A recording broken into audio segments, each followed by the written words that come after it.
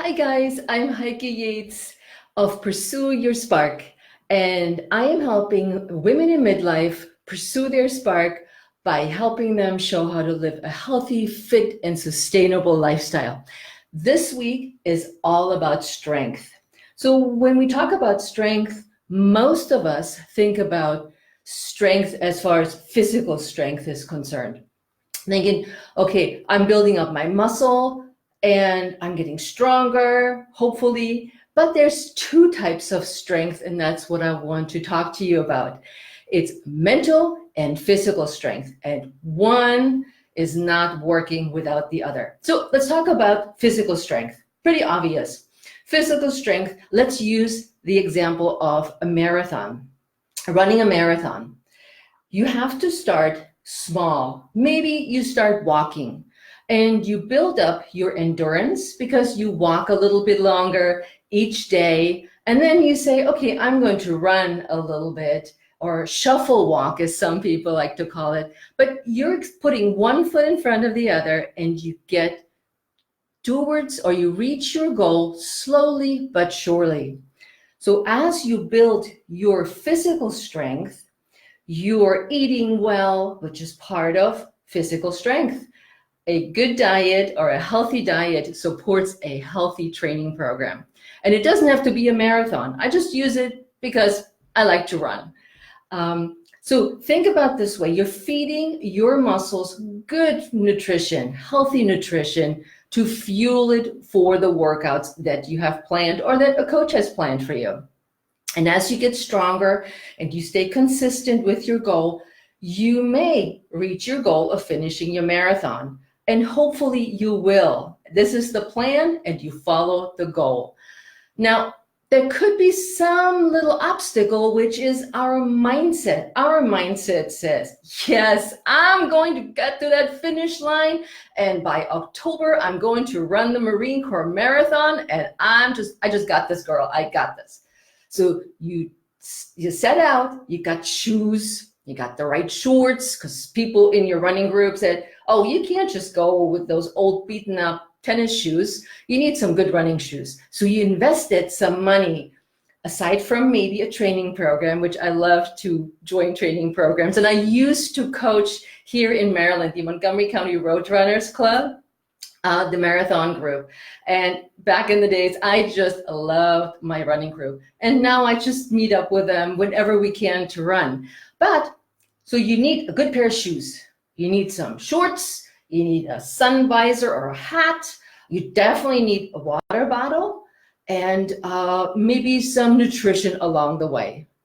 So you have everything together and you're like, yay, this is great. And you start out with your first week of training. And the body is working, everything's working, but your mind says, damn, that sucks. This is hard. Nobody told me that I will be sweating that much. Hills? Are you kidding me? Hills? I'm gonna walk those hills.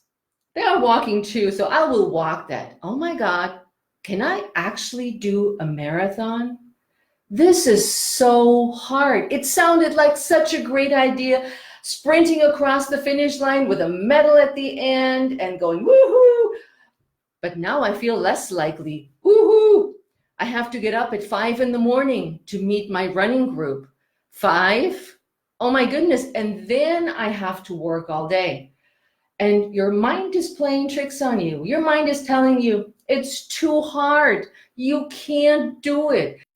You are not made to run, because truth be told, after a couple of weeks, the first kind of nagging things start setting in. Things like, man, my calves are really, really sore. And oh, my hamstrings are tight. Or I get out of bed and I walk like a robot because I did my long run yesterday, or run walk.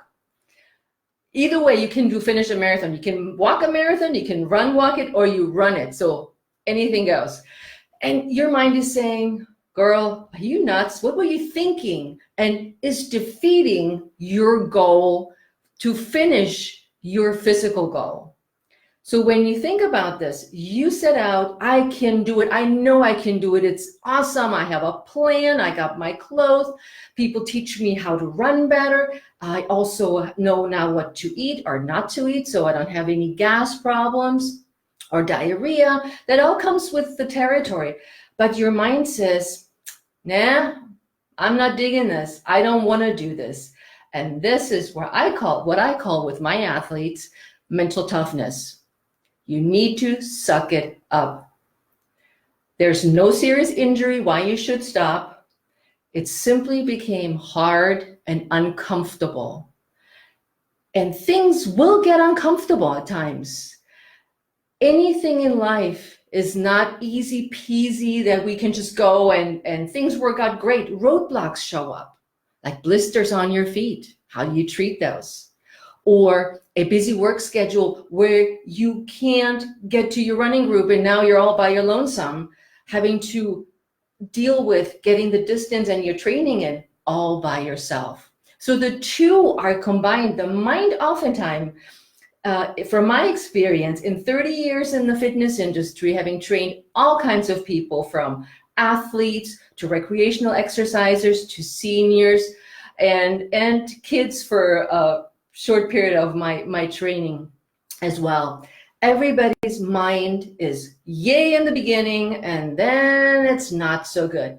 Here is where our mental toughness comes in. So we need both. We need our mental toughness to reach our physical goals, but we also need to be physically strong to reach our mental goals. A strong mind and body is an incredible connection. And let's use Pilates as an example. Pilates has a perfect combination of mind and body. When you come to Pilates, and I've talked about this these last couple of days about Pilates, and the Pilates, in 10 days, you see the difference, in 20 to feel the difference, and in 30 days, you see the difference. That was one of his quotes. And it is, as you really talk to yourself and say, okay, I got this. I'm clear on my goals. I know things will be uncomfortable. I can deal with this because I am, number one, not alone. I breathe and I anticipate that things will just not be so great. And with that, you set yourself up for a way that you are, number one, not disappointed, and you're not surprised by, oh my God, I had no idea that this is what's going to happen. So here are my 3 tips for your mental toughness and your physical strength. Set a goal, guys. Set a goal. Set a tangible goals. I use the marathon as an example, and it could simply be, I start a Pilates class. I want to do Pilates. I want to practice Pilates. I want to know what these people are talking about, this mind-body connection, this breathing and getting in touch with your mind and relating it to the exercise, moving mindfully through my goals. So set a tangible goals. And I want you to tell me in my DM what the goal could be that you're setting yourself up to do. Doesn't have to be the 5-year plan or a year-long goal, but think of something that you thought about that you really wanted to do and hadn't had the gumption to do it, like run a marathon or start a Pilates class or eat better. Think of the goal that you want to pursue, and it's got to be a clear goal. Now, I used eating better as an example. But eating better, what does it mean, eating better? Does it mean I eat a banana every day? Or does it mean that my meals are balanced with carbohydrates, proteins, and healthy fats? It could mean all of that. But I want you to be really laser focused and laser clear of what your goal is. Let's say, I'm going to eat a banana every day. Is a very crystal clear and very doable goal. Now, let's use the Pilates class. I will sign up for a Pilates class once a week, and I will show up because I paid for that. And by God damn it, because I paid for it, I'm going to show up and see what this is all about. And stick with it. Give yourself a timeline. Let's say 30 days is always a good way to at least start with a habit and get into the swing of things. And then see if you really like what you chose, really want to keep eating that banana, or you want something different. Because number 2 is be consistent. So eating a banana on Monday and maybe the next week on Monday, or going to the Pilates class once a week, and then you kind of skip it because life got in the way, the family, the work, I'm just too tired, or oh man, I'd rather put my feet up and drink a glass of wine, are all mind games that you can combat by consistency. Promise yourself and hold yourself accountable for the things you setting goals for. Goals are not just things that you write on a piece of paper and these goals are great and I scratch them off maybe at some point or another. Goals are tangible, achievable with a certain timeline. Not a wishful thinking. So set a clear, achievable goal. And I can't wait for you to tell me what those goals are, because that's what I do for a living. I help women live fit and healthy and sustainable lifestyle. For 30 years, this is what I've done. So number 1, I always get excited when it gets to this, is consistency. Now, number 3 would be modify your goal. You may have set the goal of a marathon, and then after halfway through the training, you are just hating it.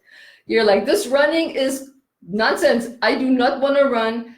Don't suck it up because you set your goal and you have to prove to yourself that you can do it. Or an example would be, my friends invited us over to go skydiving the other day, the outdoors where you jump off the cliffs.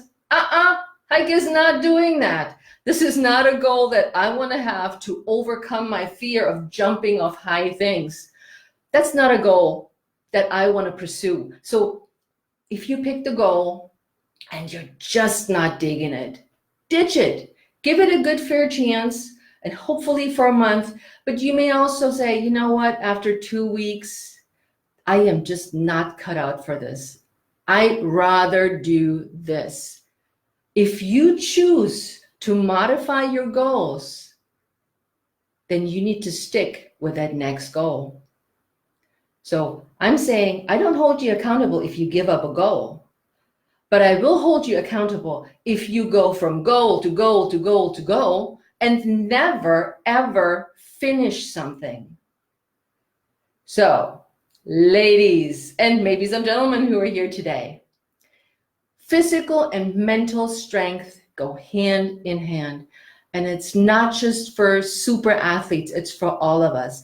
Because we all have goals we like to achieve. We all have plans that we like to realize. They take our dreams and take them into a reality. Like, we all want to get in better shape. And that has many different faces of what that means for everybody.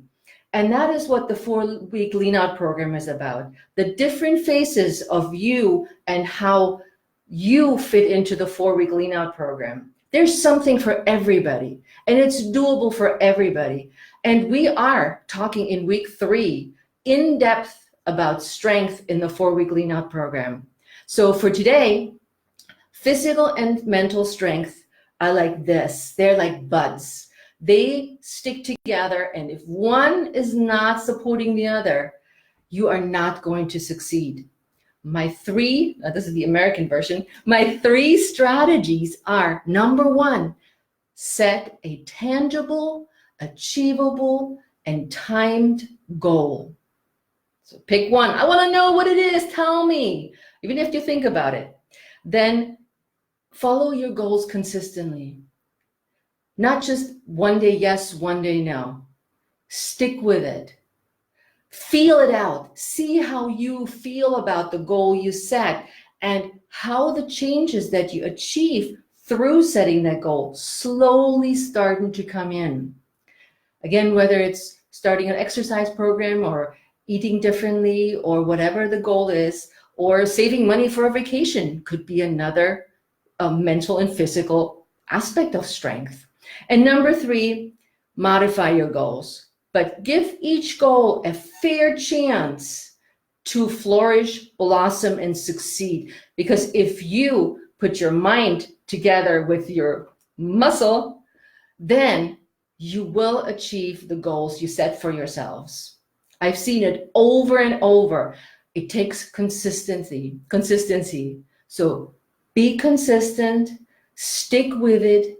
It may be painful and it may be boring and it may be not so super exciting, but guess what? You will reach the results you set for yourself. So sign up for the 4-week Lean Out program if you want to be part of this community. And we're starting October 6th. And in our week 3 of the 4-week Lean Out program, we're talking all about strength in depth. So with that, let me know what you have set as a goal for today. And with that, I'll see you next time. And I'm over and out. And the link will be in the show notes. Ciao. So I gotta